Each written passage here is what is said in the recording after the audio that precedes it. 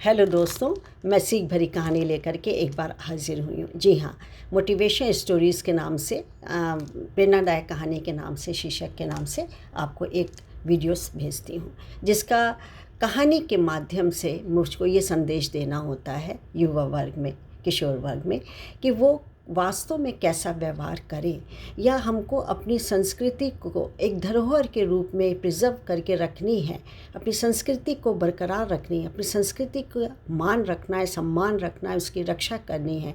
तो ये छोटी छोटी सीख भरी कहानियाँ आपको बहुत लाभदायक उपयोगी होंगी, महत्वपूर्ण होती हैं ये इतनी ज़्यादा कि इससे हमारा यहाँ तक कि नापा तुला हुआ है कि ये छोटी छोटी कहानियाँ यदि बचपन से आत्मसात कर ली जाती, सुनते हैं, फिर उसका अनुकरण करते हैं, आत्मसात करते हैं, तो ये आगे चल के व्यक्ति के शारीरिक और मानसिक स्वास्थ्य के लिए बहुत लाभदायक होता है।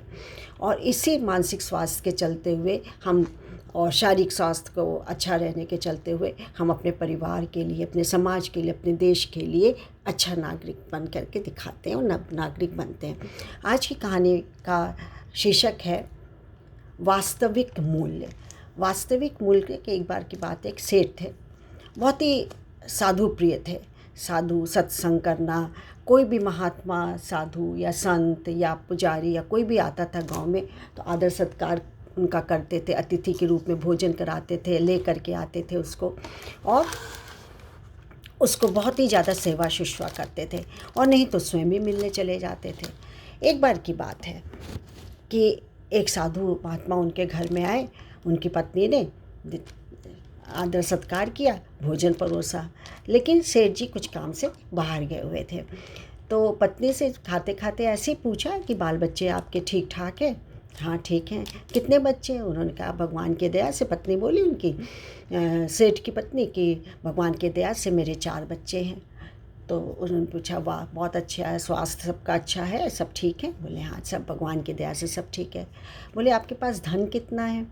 तो बोले, भगवान की पत्नी बोली कि भगवान की दया से काफ़ी धन है, और लोग हमें लखपति कह कर के पुकारते हैं, और हमारी भगवान की दया से कोई भी हमारे में कमी नहीं है, सब इच्छाएँ पूरी हो जाती हैं हमारी। धन का अभाव नहीं है, धन से सब इच्छाएँ पूरी हो जाती हैं। बहुत अच्छा है। फिर अपना हाथ वाथ धो करके उठे और देखा कि साधु आ गए, वो जो सेठ था वो घर आ गया। चरण स्पर्श किए, अतिथि सत्कार के करने के लिए कहा, सब कुछ है। बोले नहीं मैंने भोजन कर लिया, तृप्त हो गया हूँ। बोले चलिए मैं आपको कहाँ तक जाना है, मैं आपको छोड़ देता हूँ। तो उनके साथ साथ चलने लगे। अब साधु ने ऐसी बातों ने कहा, पूछा कि तुम्हारे कितने बच्चे हैं?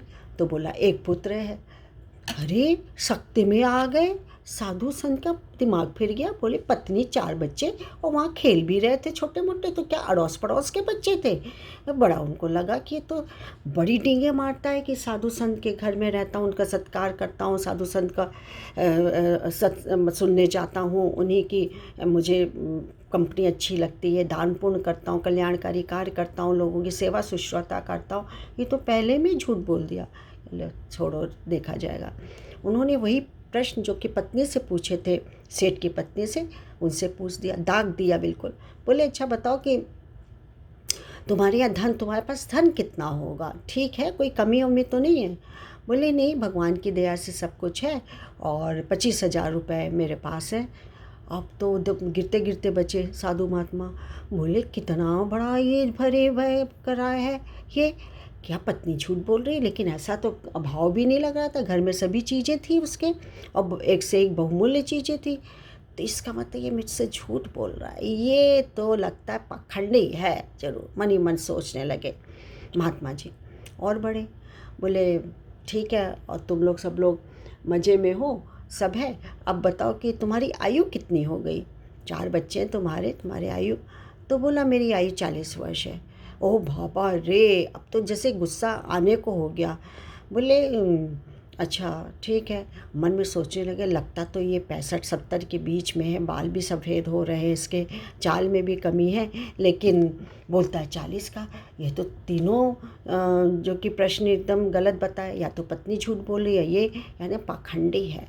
तो बोले कि नहीं तुम लगते तो ऐसे बड़े हो, और तुमने ये कहा, तुम्हारी पत्नी ने तो कहा था 4 पुत्र हैं।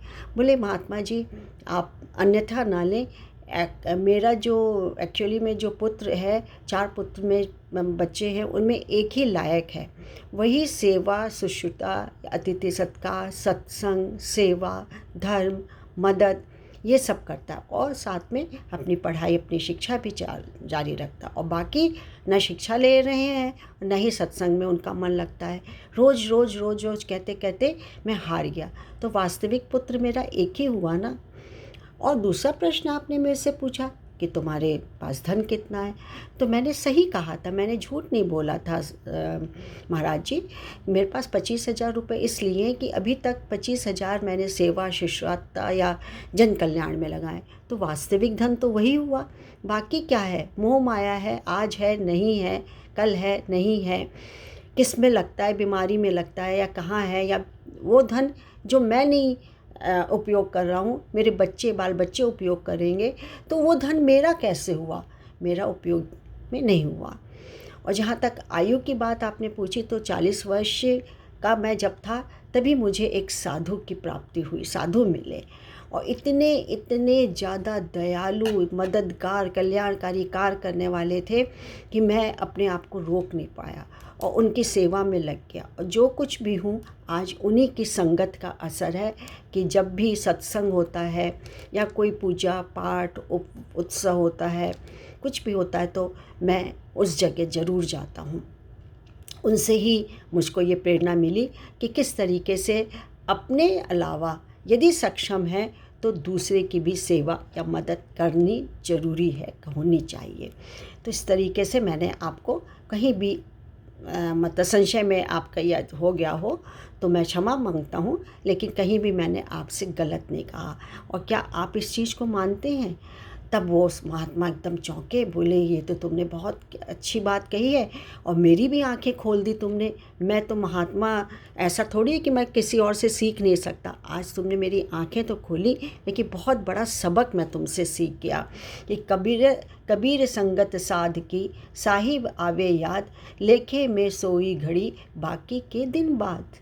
तो जब कभी सच्चे संत महापुरुषों से मिलाप होता है तब उनकी संगति में जाकर मालिक की याद आती है और भजन की शुरुआत होती है। वास्तव में वही घड़ी सफल है, शेष दिन जीवन के निरर्थक हैं। तो पाठकों, ये सीख भरी कहानियाँ मतलब कि आप भी ऐसे बनिए, परोपकार करिए। सक्षम हैं तो लोगों की, चाहे आप दुनिया में 1-2 लोगों की ही मदद करें, लेकिन इसका प्रण लीजिए, संकल्प लीजिए कि मुझे ये करना है, मदद करनी है। तो आज के लिए इतना ही। मैं अपना परिचय दे दूँ। नमस्कार, मैं doctor Manju Jain, retired associate professor from saint degree college Kanpur.